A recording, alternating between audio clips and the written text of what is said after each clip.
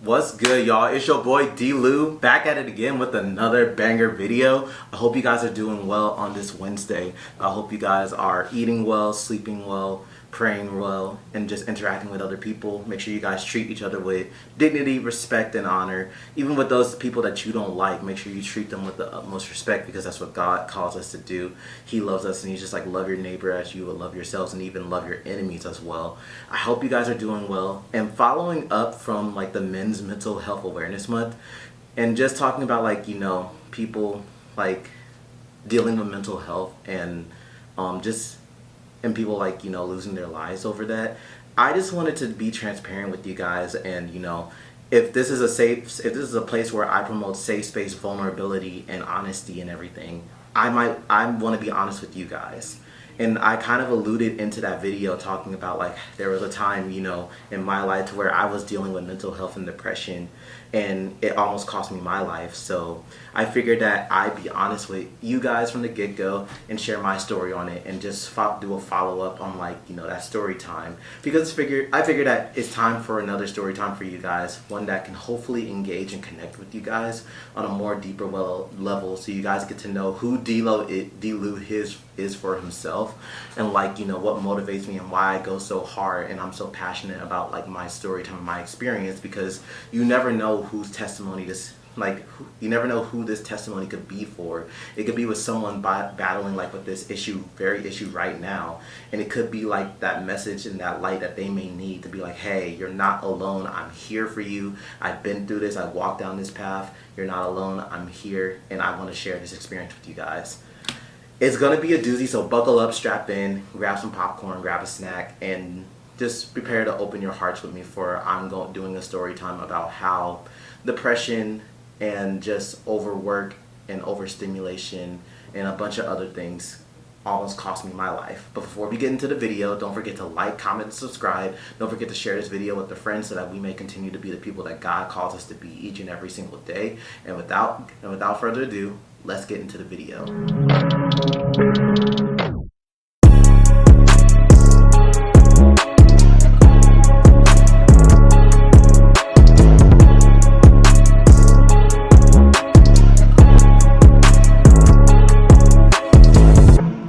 So, the story time of how depression almost cost me my life in college. What I want to do is just kind of give a backstory at first about how I ended up in this place, So, it all first started not even in college, but back senior year of high school. It happened senior year of high school, when I talked about my grandfather passing away from stage 4 cancer, and that kind of not spiraled, but it kind of opened the door for depression, because I was very hurt and upset about that, because I really wanted him to be here with me throughout this whole time. There was a bunch of stuff that I wanted him to see, and a lot of inspiration and wisdom that I wanted him to give me before walking the stage and going off to college. And just to have him taken away from me from that, it hurts, And I'm sure there's some other people who can reconcile and who can empathize with what I went through, because maybe you guys experienced losing a grandparent or losing a parent or a family member or even a friend at that level, when you're just like, hey, I thought we were going to do this together, and then life just happens, So that really kind of just spiraled me from there. But not spiral, but that kind of just, it led me down the path of depression, it opened a door for it, because at first I really didn't feel depressed up until that point in my life. And this was around October, November of high school back in 2018, going into 2019. So I was dealing with depression in high school, but then I found my ways to kind of not get over it, but more get through it, So finding my ways to get through it, number one, and then two, just focusing on school, because I know that the wishes that my grandfather he had was, for both me and Brandon, obviously for me to graduate high school, A, B, go to college, and C, finish college. So I was in memory of my papa, I'm going to obviously finish high school, and then I'm going to go to college and finish college, So graduated high school. Of course, he was on my mind, so that's natural, So graduated high school, and then off to Berkeley.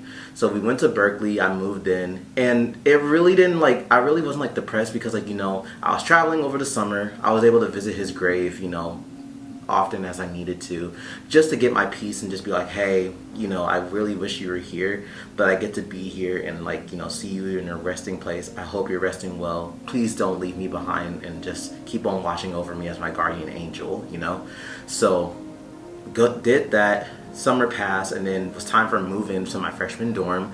We traveled up there. It was cool. The first weeks and the first months, to be honest with you, was really cool. Like, meeting people. At first I was shy, but like that's typically common for like freshmen, when new freshmen arrive, they're obviously like, a new environment, so they're a little bit scared, apprehensive, and just like, curious about everything. And they're nervous because it's a new environment and like we're moving off on our own. But it's important to have that initiative, like, if you see someone and like they move in, go up, say hi, how are you doing? My name is so and so. It looks like we'll be living on like the same floor together. Let's, grab some food sometime and let's hang out and kick it, or exchange IGs, snaps at that time, or whatever it may be, Try to establish a friendship and be a friendly face, because to have a friend, you have to be a friend. And that's something that I had to learn like at that day, because, I thought people were gonna come to me, and that was definitely a sense of entitlement on my part, because I was like, oh, like, people will come to me and I'll figure it out. But that definitely was a humbling lesson for me, as Donnie was just like, hey, to have a friend, you gotta be a friend, and you have to make the first move sometime. So that's what like my freshman year taught me, like the very few weeks of my freshman year taught me. And then seeing like everything that happened, within the community, exploring the Black community at Berkeley, seeing the different clubs and like, culture, and just exploring Berkeley for what it is, and even exploring outside of Berkeley. What did Emeryville look like? What did San Francisco look like? Walnut Creek? What did San Jose look like? Like exploring that and getting to like know your surroundings outside of Berkeley. And even in this college phase, what I want to emphasize to all my high school seniors who are going off to college for their freshman year, on the weekends, if you can, please try your best way to get out of Berkeley. Or not even Berkeley, try your best way to get out of your college town. Don't be afraid to like, go out of your college town. Like, if it's a Saturday morning, go out for brunch with your friends, go explore the other neighboring cities and get to know the surrounding area that you're in. And then for Sundays, if you're religious, go to church, read your Bible, or just read your religious texts of which you subscribe to. But just don't be afraid to like explore and figure out your surroundings and like make the best of it. The college, what I learned from my pastor ultimately was that college is going to be the best and the worst 4 to 5 years of your life. It is what you make it. So that was freshman year, at least in a nutshell. So obviously that happened my freshman year, freshman semester. That's when I pledged Alpha, and then I crossed in the spring. And that obviously came with a myriad of problems, but it was still good as well. I had friends, new friends in the brotherhood and the network. So over the summer, it was that kind of like took me off, like that took like the depression off my mind. And then with the whole pandemic year, that kind of like, kind of offset it as well, because it was just like, hey, we're in the pandemic, we're home for a whole year, and I was home for the first semester, and then I had programming. So at that time, I was chapter president of my chapter for Alpha. I was at home being a Berkeley student, and then I kind of just put the depression and my pawpaw's passing on the back burner, because I was just like, okay, cool. So, chapter president, and then Berkeley student. So I was like, cool, that's manageable. And then I went to be a resident assistant. For those of you guys that don't know, that's what RAs are. I applied to be a resident assistant that spring semester. I got put on the wait list, but they were still allowing me to do the training and everything. And then I was put on the wait list in the fall, but then around like the winter, around like Christmas time, that's when they accepted me and was like, hey, we're gonna put you in these apartments. And obviously, of course, like student population was still like low because like the whole pandemic, so we weren't at full capacity. So I was able to have like my own apartment and stuff. So I moved in. So by that time, when January came, chapter president, I moved into my apartment and a Berkeley student. And then that's when like, it started like. And then also I joined like an org. I joined like the Black student, the African American Student Development Center. So I had up to like 4 to 5 things on my plate that I was trying to balance, being an intern for that. being an intern for the African American Student Development Center, chapter president, Berkeley Student, and being an RA. So 4 things that was kind of just on my plate, and that's when I kind of like started to notice like the damn creaking and cracking and breaking, to where it's just like, hey, you need to do programs, what's going on, like, you know. And need I remind you guys, I was a solo, so when my pro fights day graduated, it was a one-man show for myself, you know. I was a one-man army doing programs and everything, and obviously they had their expectations to be like, oh, our Neo's going to do the most programming, he's going to do the most work, he's going to be the most out, and it was all thrusted onto me and disregarding whatever I had going on, you know. And I know they meant well, like, you know, they were off the hype of like, oh, our solo is better than your Neos, but and to be honest with you, I was still a people pleaser back then. So I was just trying to please them and make them happy while disregarding my own happiness and own, like, you know, sanity. So, and I just remember around February to March, I had, like, you know, one of my pro fights, he was working with me for this but this program. I don't know how it happened, but I was working on it, and I was like dealing through something in my life, and he was just like, oh, like, if you don't come back to me with a program update, then don't talk to me ever again. And I'm like, bruh, I'm going through my own stuff, like, just give me a break. And I had to explain it to my dean, and then he was like, oh, I'm sorry, we'll just get the program over and we'll move on. So by then, like, in a way, it kind of built up resentment in a way, because I'm just like, bruh, I'm trying to make you guys happy, but do you guys even give a rip about me and my happiness, you know? And just me trying to please you, and that's all I wanted. I just wanted your validation and all that. But I was just like, you know, maybe it's just he's going through his own stuff too. So did the program, did another program for March, and then they were just like, all right, just fall back, you know, show your face around campus, and that counts as like your representation, then you're done for the semester and you can just focus on yourself. So that happened, and then, like, you know, it did kind of irk me, but, you know, I kind of just put it off and was like, it's fine, whatever. And then doing summer courses, I did that as well, trying to, like, you know, take some courses over the summer to kind of escalate, you know, the process of graduation, and then dealing with my whole major thing. So fast forward over to junior year, this is where, like, the heart of the story happens. So we get back on the campus, things start opening, and, like, it was full throttle. So, like, no wonder my pro fights were just like, hey, we need to hit the ground running. You need program after program, and we need to show, like, you know, the alphas are not to be trifled with. So what's going on? Come up with something. And, like, it was just a lot of expectations on me, because I was dealing with stuff in my major, I was dealing with stuff like with RA and everything, and then trying to, like, you know, network and maintain my own social connections, because I definitely took a step back as far as, like, you know, socializing with people. I just kind of retreated into my own bubble, to where, like, I didn't want anything to do with anyone, because I was dealing with my own things, and people were just like, Donnie, are you good? You know, what's going on? We noticed some changes in their social patterns. Like, to be honest with you guys, that's when I started smoking a lot. I started smoking weed a lot, you know, started having erratic behaviors, drinking, and just, like, doing things that I normally wouldn't do. And I remember it just got to a boiling point to where, like, you know, there's like, Donnie, what is going on? You're not doing anything. You're not. So what are you doing? Like, you know, we need to get interest, and you're not providing any status update. And I remember they just pulled up to my house and pulled up in the car. They're like, get in the car. And we had a conversation. Like, we just had an intervention. And then literally right there, I just snapped, like, you know, I was like, I can't do this anymore. You guys are over pushing me. I'm dealing with school, and, like, you know, I don't think I can do this major. I don't want to be here anymore. I don't want to be here as far as school. And I said I didn't even want to be here as far as life. Like, it just feels like the pressure is getting too much to me. And then that's when I just broke down and just started crying. And then I just remember one of them was just like, oh, like, you know, like, man, the F up, like, come on, like, you're a man, you need to push through it. But then my dean, and I'm really, like, in retrospect, I'm really grateful to him, because he was just like, dude, you're talking to, like, you know, a 19, 20-year-old kid, and he's literally running the chapter all by himself. Like, think about it, like, of course, you and me, we were able to do it, but we were able to do it, like, by ourselves, but we had 2 people. Think about him, like, you know, he's doing this all by himself. He's working 2 to 3 jobs. He's working 2 to 3 jobs, because at that time I started working for cupcaking. So I was a Berkeley student and nutritional sciences major. I was a resident assistant.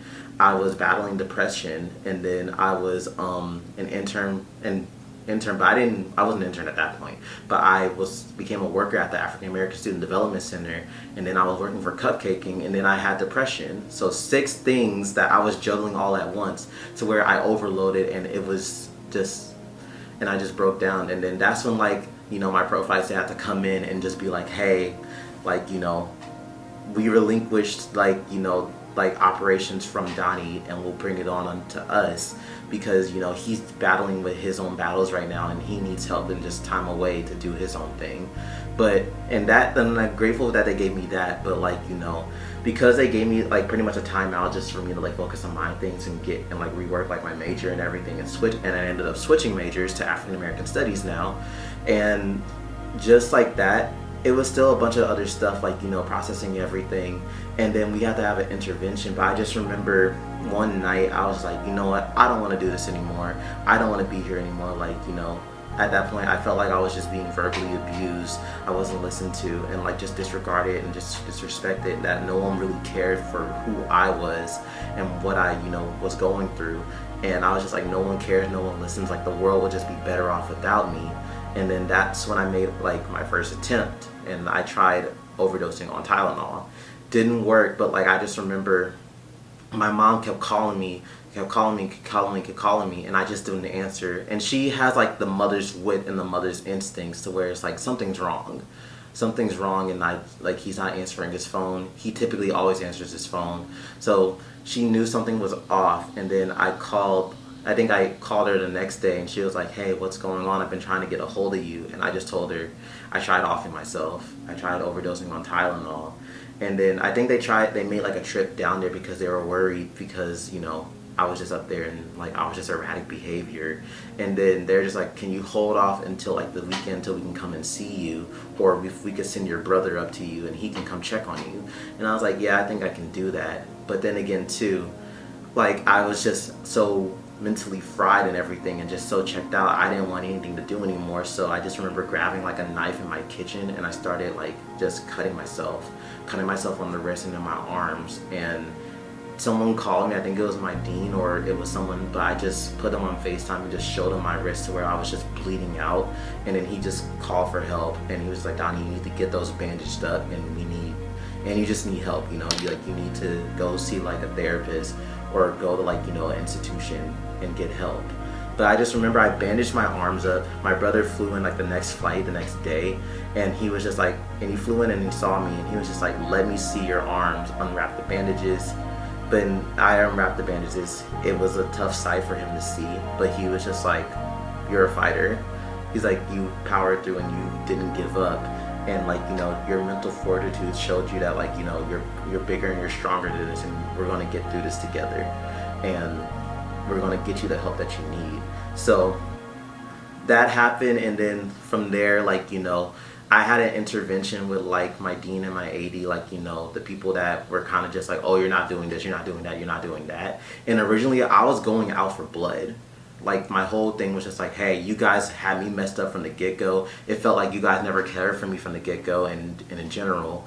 And like, you know, you just saw me as like someone to be like, hey, like, you know, he's gonna boost like our reputation and do all this work. But as far as like the individual of Donovan Lewis, we don't give a rip about him. So I remember that was my mindset, and I talked to my brother about it, and he was just like, I don't think that that's the best thing you should go about. How I think you should do it is just in the mindset of like, hey, this is how I'm feeling, and like, you guys made me feel this way, and this caused me to result in to do this action, and I just wanted to express it to you guys, because at first I was coming from a place of just resentment and hatred, but I'm not trying to do that, you know? So that night, it was like October or November, I called them over and just had the intervention with them, and they're just like, Donnie, we just never knew. Like, of course, like we had expectations because you're our first neo, and like we only wanted the best for you, but in hindsight, it looked like it was just the best for us.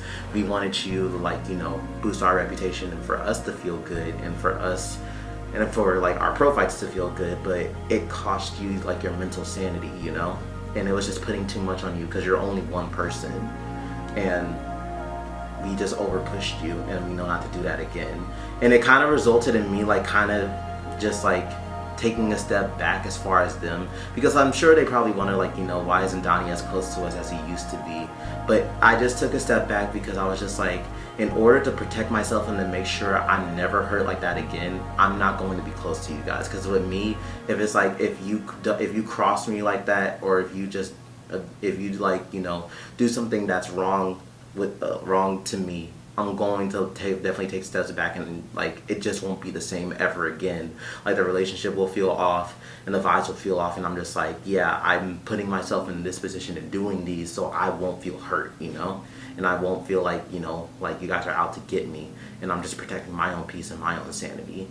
So that happened, and then like dealing with the whole RA thing, my boss was definitely like aware that I was depressed, but she was just like, you know, if you need to take like the term off or a year off, that's completely fine, but I support you in whatever that you do. But luckily I got enrolled in therapy. I talked it out to like my therapist, and just like I surrounded myself with like my friends and explained to them the whole situation, and they were very like understanding, and like they're just like, we're here, and like we'll be here as long as you need us to, because you know, in these moments we can't trust for you to be by yourself. So if you need like a voice to listen to, if you need someone to stay with you on nights to where you feel alone, or like you just feel scared, we're gonna be here for you, you know? We're gonna be here, and we're gonna get this together, and reciprocated the same energy when they were going through dark times, you know? So that's what happened with that. And like, you know, I started getting more help with my grandfather because I felt like I was letting him down. But he was just, my therapist ultimately told me, he was just like, you haven't let him down because you haven't done the act. He was just like, you're persevering, like you're changing, and you're trying to get help, and that's what he's proud of. And you're surrounding yourself with people that do care about you. And that's what like my takeaway was, where it's just like surrounding yourself with the village, and like having open conversations and dialogues about these different types of things, to where we don't have to suffer in silence, because there was definitely a point in time where I suffered in silence with that whole situation. But now that like I processed it, and that I was able to like work through it, I can be more vocal and share my story so that it resonates with someone else and it has their testimony, you know? So that was my time about me dealing with like mental health and depression, and how it almost took my life. And I just hope that my story really resonates with someone who felt the same way that I felt. If you know someone going through this, please be there for them, because you don't know the unspoken battles that they're going through. You don't know the fights that they're going through, like the unspoken battles. They may be smiling, but they could be going through all sorts of hell, and you might not even know it. So just please call, please check up on them, please be the voice that they need. And if you have that hunch to be like, I don't feel good about this person, listen to your voice and your inner voice and call them. A text is good, but it's just like, a call is more meaningful in these type of situations. Not even in these type of situations, but just in life period, you know? A call or a FaceTime can definitely be the game changer, because it shows that you care. Because anyone can send a text, but showing like doing a phone call or a FaceTime, it's more meaningful, and it has more weight and impact. So I really hope my story was able to touch someone and resonate with someone. If you guys know someone going through mental health, hopefully send them this video that could be some words of encouragement. And I'm good with dropping more videos like this, because I'm in a space where I can talk about these things in dialogue. And let's get these dialogue going, talk about them in the comments below, whether you guys had battles with like depression and mental health, or if you know someone who has, and like how were you able to get through it. I love to hear some of the ways that you guys are able to get through it, and how like we can uplift and inspire each other. Once again, don't forget to like, comment, subscribe. Make sure you share this with a friend so that we may continue to grow into the people that God wants us to be each and every day. Jesus loves you. I hope you guys have a good and blessed rest of your day. It's your boy D. Lou signing out. Take care.